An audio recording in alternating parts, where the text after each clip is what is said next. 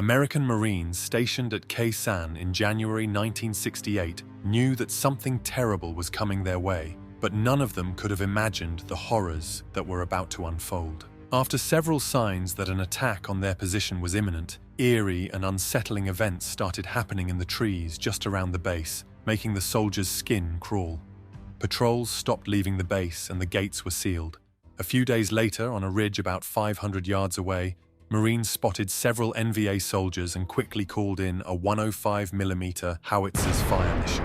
After about 12 shells were fired, a patrol was quickly organized to inspect the results. Soon after, the US patrol reached the area and found pools of blood and drag marks leading westward. Their request to follow the trail into the forest was denied, and they were ordered to return to the base as quickly as possible. Confused and disturbed, the soldiers anxiously watched the surrounding forest from their base, expecting something to happen at any moment. Their fears were heightened when a Vietnamese officer appeared outside the wire, holding a white cloth in his hand. He warned them that at midnight, Hills 861 and 881 would be attacked, and by sunrise, the combat base as well. That night, the Marines were wide awake and on high alert. As midnight approached, they gripped their rifles tightly, staring into the dark, waiting for the attack. Then something truly terrifying happened. In the pitch-black night, they could hear NVA soldiers giggling and laughing as they cut through the first row of wire surrounding the base. Though they couldn't see them, they knew the enemy would eventually break through. Shortly after, a telephone alert warned them that NVA forces had been spotted near the wire on the south side of the hill. At that moment, a green flare was fired into the sky, and all hell broke loose. Explosions and gunfire erupted from all sides as the base, defended by 6,000 Marines supported by South Vietnamese soldiers, came under attack by 20,000 NVA troops determined to overrun it. The battle that followed lasted 77 days, with the Marines completely surrounded, unable to leave or receive reinforcements. The siege would become one of the longest and bloodiest battles of the Vietnam War. Khe Sanh was located in a remote, mountainous region near the Ho Chi Minh Trail, a critical supply route used by the North Vietnamese Army to support operations in South Vietnam. The US forces established the base to disrupt enemy supply lines and maintain control of the region near Laos. The NVA saw Khe Sanh as a prime target to eliminate US presence and force the Americans into a major set-piece battle.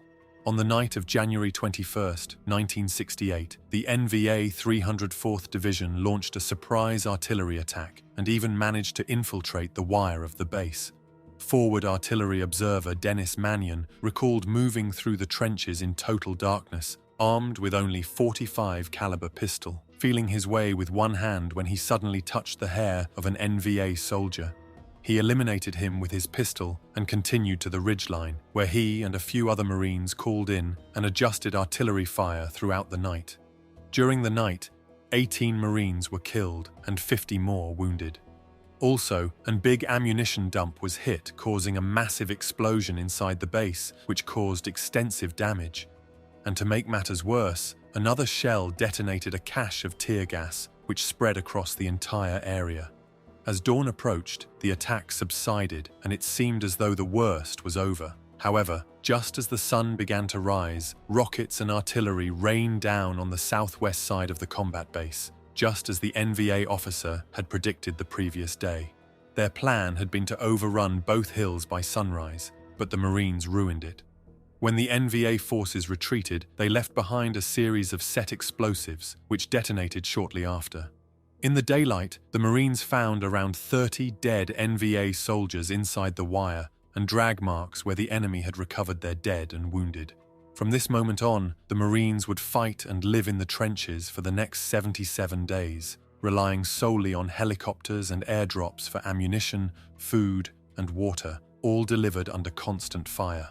For 77 days, the Marines went without sleep, showers, or even a moment of safety. No aircraft could approach the hill without coming under fire, and helicopters had only about 25 seconds to hover over the hill before the risk of a mortar strike became dangerously high. In the first 30 days of the siege, 7 helicopters were destroyed while attempting to resupply the base. The base was located in an isolated and remote area, and instead of being evacuated when the attack was anticipated, it was reinforced with 6,000 Marines who dug in and prepared for the assault. Soon, the NVA had completely surrounded the base, mercilessly bombarding it from the surrounding hills, which gave them a tactical advantage. The night and fog were used skillfully to cover their attacks. Although the Marines expected an attack, they were shocked by its sheer scale. Every day the Marines defended their positions at Khe Sanh, and soon ammunition, food, and water began to run out. Series of close air support missions by fighter aircraft and B-52 bombers were organized to assist the Marines, dropping tons of napalm and bombs around the base, attempting to create a protective wall of fire. However, the enemy was relentless, continuing to attack again and again. Even after losing around 9,000 troops, the NVA still kept the base under tight siege. Inside the base, the fighting was close and brutal, sometimes even leading to hand-to-hand combat and bayonet charges.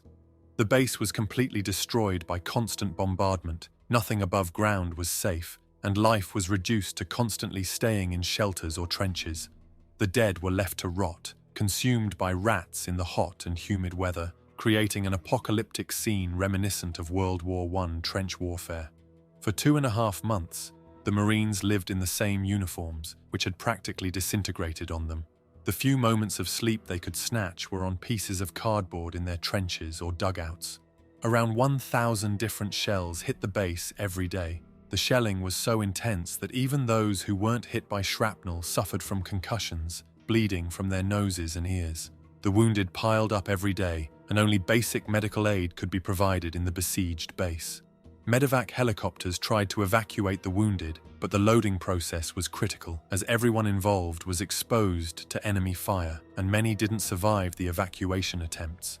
During the night or in the fog, when the shelling subsided, the Marines used the opportunity to repair their trenches, bunkers, and defense lines. Water was a serious issue, and Marines sometimes went several days without water in the intense heat, sharing their last drops with each other. The heavily damaged airstrip and dense fog prevented planes from landing, so most supplies had to be delivered by parachute drops. However, the drop zone was narrow and outside the reinforced defensive lines, making it a prime target for enemy artillery. After each drop, the NVA bombarded the area, damaging supplies and putting the retrieval team in grave danger. Despite these risks, only one C-130 cargo plane was destroyed and left burning on the base. The situation had become critical, and the possibility of the base being overrun was real. In March, Operation Pegasus was launched with the goal of relieving the surrounded Marines. The operation was a coordinated air and ground assault, aiming to weaken the NVA forces and re-establish supply lines through Route 9, the main road connecting Khe Sanh to South Vietnam. The 1st Air Cavalry Division, one of the US military's elite units, used a combination of helicopter airlifts, artillery bombardments, and close air support to neutralize NVA positions. The hills around Khe Sanh were critical areas of engagement, where the NVA had entrenched themselves in bunkers, trenches, and tunnels, using the elevated terrain to fire down on the Marines. US forces engaged in fierce combat to retake these positions.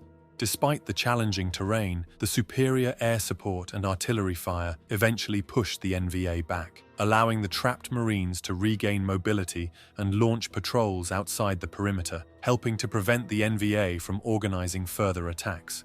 By early June 1968, after months of intense fighting, the decision was made to evacuate Khe Sanh. The evacuation was carried out carefully, starting with the wounded. Undamaged equipment was taken, but much of the base's infrastructure was destroyed to prevent it from falling into enemy hands. The last Marines were evacuated under the cover of darkness on July 11, 1968, marking the official end of the Siege of Khe Sanh. During the siege, approximately 300 US soldiers were killed and 3,000 were wounded. On the other side, the NVA suffered an estimated 15,000 casualties, and thus ended one of the bloodiest and most intense sieges in modern history.